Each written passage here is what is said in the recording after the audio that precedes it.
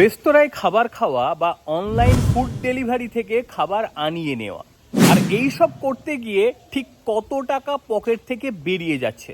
অনেক মানুষই ফুড বিলের হিসেব সেভাবে রাখেনই না। এক সমীক্ষা সামনে এসেছে, যা দেখে অনেকেই চমকে যাবেন। হোটেল রেস্তোরাঁগুলির সর্বভারতীয় সংগঠন national restaurant association of India, তাদের সমীক্ষায় দেখা যাচ্ছে শুধুমাত্র কলকাতায় অনলাইন অ্যাপের মাধ্যমে শুধু রুটি ডেলিভারি হচ্ছে 50,000। রুটি তৈরির পাট প্রায় উঠেই গিয়েছে। শুধু কলকাতা নয়, দুর্গাপুর, আসানসোল, শিলিগুড়ির মতন শহরে এই একই ট্রেন্ড।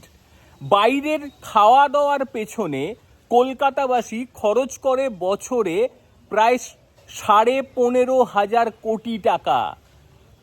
আর সারা দেশে রেজিস্টার রেস্তোরাঁর সংখ্যার বিচারে কলকাতা 7 নম্বরে।